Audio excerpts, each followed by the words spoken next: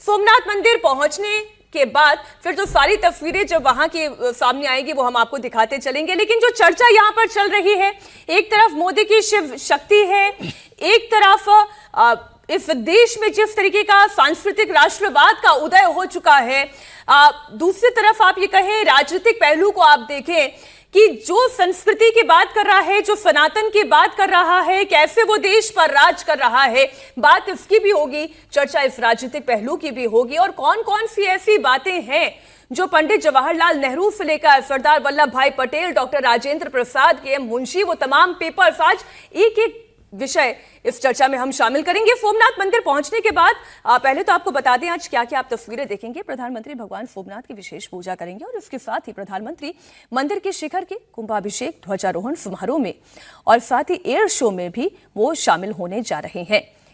सोमनाथ अमृत पर्व 2026 के इस अवसर पर प्रधानमंत्री नरेंद्र मोदी कुंभाभिषेक में शामिल होंगे। पुनर्निर्मित सोमनाथ मंदिर के इतिहास में पहली बार मंदिर के 90 मीटर ऊंचे शिखर पर कुंभाभिषेक किया जाएगा।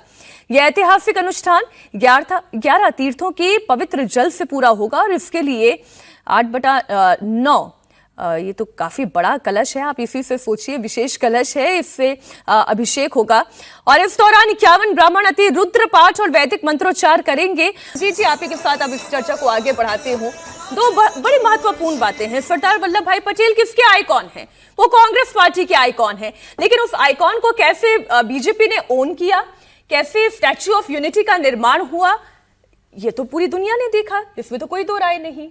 बिल्कुल बिल्कुल मीनाक्षी जी, इसमें कोई संदेह नहीं है। देखिए अभी आज जो है हम लोग राजनीतिक पहलुओं की थोड़ी कम चर्चा करें, हमको ऐसा लगता है, हालांकि चर्चा होगी क्योंकि वो चर्चा चली है तो होगी। हाँ, तो वो चर्चा तो होगी ही होगी। वैसे भी आज एक तो 75 साल पूरे किए हुए 11 मई को, जब 11 मई 1951 को इस मंदिर का लोकार्पण हुआ था, फिर यहाँ प्राण प्रतिष्ठा हुई थी पूरे नए सिरे से। और आज सोमवार है, महादेव का दिन है। हम तो ऐसी जगह से आते हैं, चंपारण में, हमारे जिले में अरेराज में सोमेश्वर नाथ का मंदिर है और उस मंदिर के बारे में भी कहा जाता है कि सोमदेव, मतलब चंद्रमा ने ही वहाँ भी शिवलिंग की स्थापना की थी गंडक के किनारे। तो हम तो वहाँ से आए हैं सोमेश्वर नाथ से, और आज हम लोग सोमनाथ की चर्चा कर रहे हैं। ये अभी जितनी जो चर्चा हो रही है, इसमें 2-3 बातें जल्दी जल्दी कहें, नहीं तो फिर पिछली बार हम कह रहे थे समय ब्रेक हो गया था। क्या है कि ये अब सब तो आज़ादी के जितने आइकॉन थे ना, एक किसी पार्टी का वर्चस्व आप नहीं रख सकते। आज़ादी के सारे जो जितने लोगों ने आज़ादी की लड़ाई में हिस्सा लिया था, वो संयोग था कि उस समय कांग्रेस पार्टी थी, उसके साथ जुड़े हुए थे, बाकी सारी पार्टियों के साथ भी लोग जुड़े हुए थे। तो सरदार पटेल कांग्रेस के नहीं, देश के आइकॉन थे, देश के बड़े महापुरुष हैं वो। और जितने लोगों के बीच उस समय विवाद हुआ, नेहरू की चिट्ठियों का जिक्र हो रहा है, 17 चिट्ठियां लिखी थी नेहरू ने, और उसको 17 लेटर कंट्रोवर्सी लोग कहते भी हैं, आज भी उसको उसी अंदाज में कोट किया जाता है। उन्होंने मुख्यमंत्रियों को चिट्ठी लिखी थी, उन्होंने डॉक्टर राजेंद्र प्रसाद को लिखा, के मुंशी को लिखा, सबको चिट्ठियां लिखी थी उन्होंने, और वो अपनी चिंता उन्होंने जाहिर की थी। ठीक है, उस पर हम लोगों ने चर्चा कर ली कि उन्होंने चिंता जाहिर की थी। और जब राजेंद्र बाबू का, जो डॉक्टर राजेंद्र प्रसाद का जो जवाब था, उसमें उन्होंने बड़ी महत्वपूर्ण 2 बातें कही थी।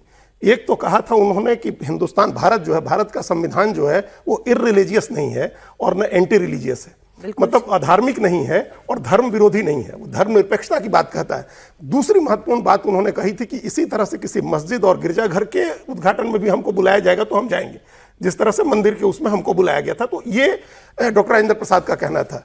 और आप लोकतंत्र देखिए, डेमोक्रेसी देखिए, कांग्रेस का सबसे बड़ा नेता डॉक्टर राजेंद्र प्रसाद ने उनकी बात नहीं मानी। उन्होंने कहा कि हम जाएंगे, राष्ट्रपति थे वो गए, उन्होंने उद्घाटन किया। उनके उप प्रधानमंत्री ने उनकी बात नहीं मानी, उन्होंने पुनर्निर्माण का काम किया। के.एम. मुंशी ने उनकी बात नहीं मानी, उन्होंने काम किया। और वो सारे लोग रहे। डॉक्टर राजेंद्र प्रसाद तो 57 में फिर दूसरी बार राष्ट्रपति बने, नेहरू के ही रहते। वो सर्वशक्तिशाली नेता थे कांग्रेस के, सबसे लोकप्रिय नेता थे कांग्रेस के। तो ये एक डेमोक्रेटिक, एक इंटेलेक्चुअल डिबेट है जिस पर हम लोग चर्चा कर सकते हैं। इसके कई पहलू हैं। और नेहरू के जो आपने डर कहा, वो डर, और जो ओम जी ने और निर्णय जी ने कहा कि वो एक उनका अपना जो बैकग्राउंड है उनके, उसका, वो दोनों बातें थी।